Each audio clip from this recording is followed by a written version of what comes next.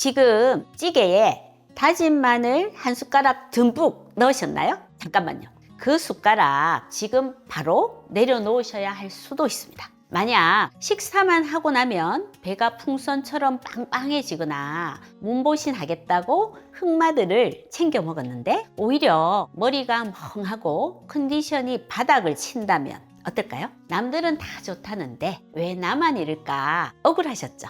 여러분의 장내 미생물과 해독 유전자가 남들과는 조금 다르기 때문이에요. 도대체 내 몸에 어떤 영양소가 부족해서 마늘이 독이 되는지 그 해결책까지 완벽하게 정리해 드리겠습니다.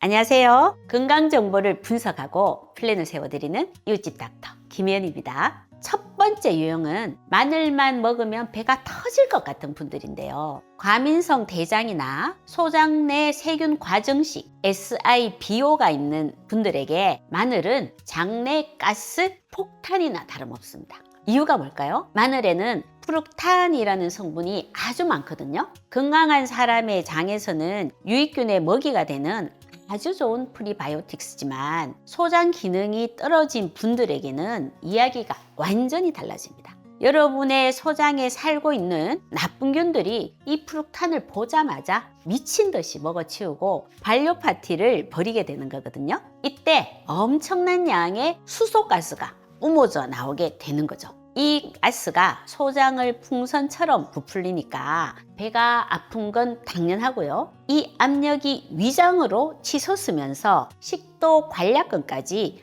헐겁게 만들어 버립니다. 두 번째 유형은 배는 괜찮은데 마늘만 먹으면 머리가 멍하고 취한 것 같다라는 분들입니다. 여러분의 뇌가 공격받고 있다라는 적색 경보거든요. 여기에는 두 가지 충격적인 기전이 숨어 있는데요. 하나는 젖산입니다. 장내 유해균이 마늘을 분해할 때 이 물질을 만들어내는데 장내 일부 유해균이 D젖산을 많이 만들어내면 우리 몸은 L젖산에 비해서 상대적으로 분해 능력이 떨어지기 때문에 일부 민감한 분들에게서는 브레인 포그나 멍함이 느껴질 수 있습니다. 특히 장내 세균 불균형이나 소장내 세균 과정식이 있는 경우 이런 경향이 더 뚜렷해질 수 있습니다.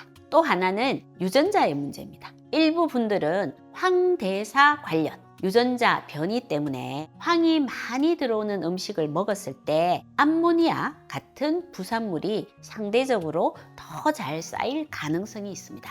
이런 경우 마늘을 많이 먹으면 대사 과정에서 부산물로 암모니아가 쏟아져 나와서 두통, 멍함이 심해질 수 있습니다. 아주 중요한 세 번째 유형을 짚고 넘어가겠습니다. 밤에 잠이 잘 안 오거나 자다가 자꾸 깨는 분들 계신가요? 그렇다면 저녁 식사에 들어간 마늘을 의심해 봐야 합니다. 마늘을 먹으면 몸이 따뜻해진다 라고들 하죠. 교감신경이 흥분했다라는 뜻이거든요. 몸은 뜨거워지고 심장은 빨리 뛰는데 잠이 올 리가 있겠습니까? 특히 갱년기 여성이나 안면 홍조가 있는 분들 중 일부는 저녁에 마늘을 많이 드신 날 열이 오르고 심장이 두근거리면서 잠이 더 뒤숭숭해졌다라고 호소하기도 합니다. 이런 분들은 저녁보다는 낮 시간에 드시고 저녁에는 양을 줄여보는 것이 도움이 될 수 있습니다. 네 번째 유형은 고혈압 약이나 진통제를 드시는 분들인데요. 정말 신중하셔야 합니다.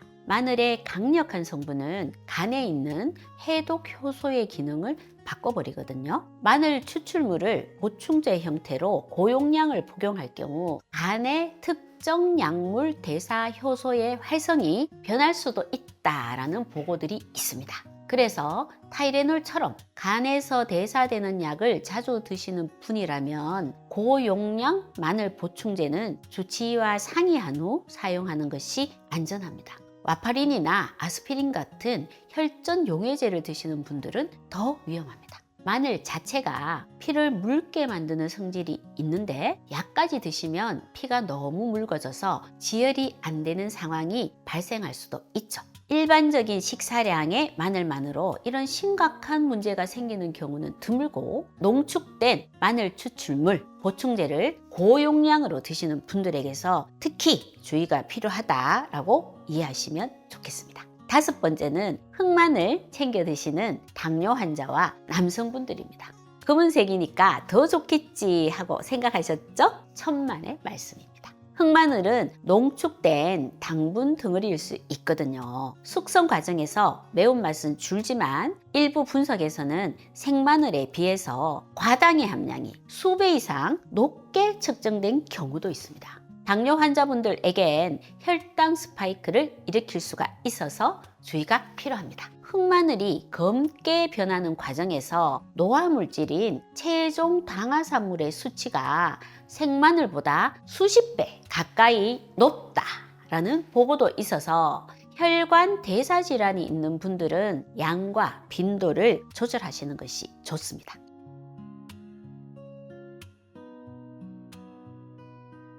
주방에서 흔히 하는 실수 하나만 경고해 드리겠습니다. 혹시 마늘을 올리브유에 담가서 상온에 보관하고 계신가요? 지금 당장 버리셔야 됩니다.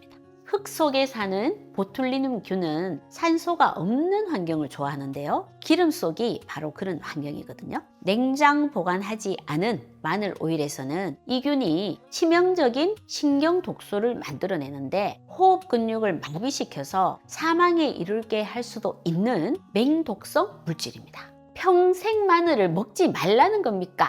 라고 물으실 텐데요. 아닙니다. 제가 말씀드리고 싶은 건 내 몸의 결핍을 먼저 채우라 라는 겁니다. 마늘을 먹고 아픈 분들에게는 공통적으로 이것이 부족하거든요.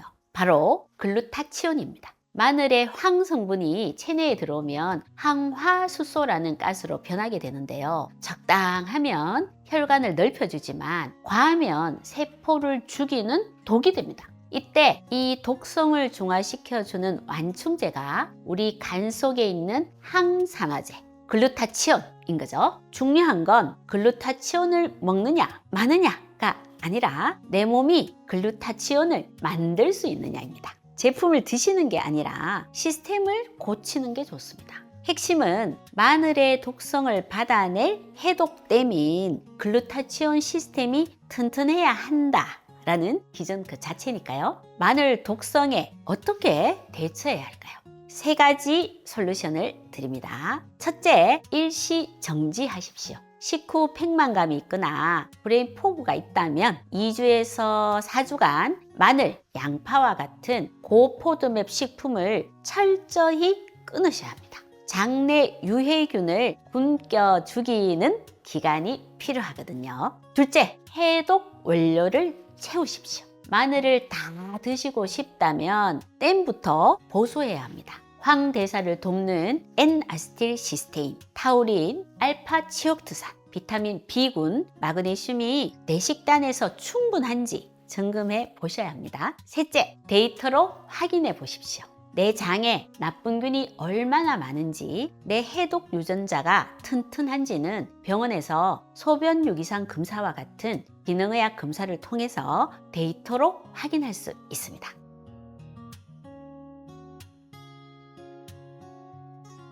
오늘 냉장고를 열고 한번 점검해 보세요. 여러분의 현명한 식탁을 응원합니다. 지금까지 평생 건강을 위한 기능의학 파트너 하이맵 의원 원장, 가정의학과 전문의 김혜연이었습니다. 감사합니다.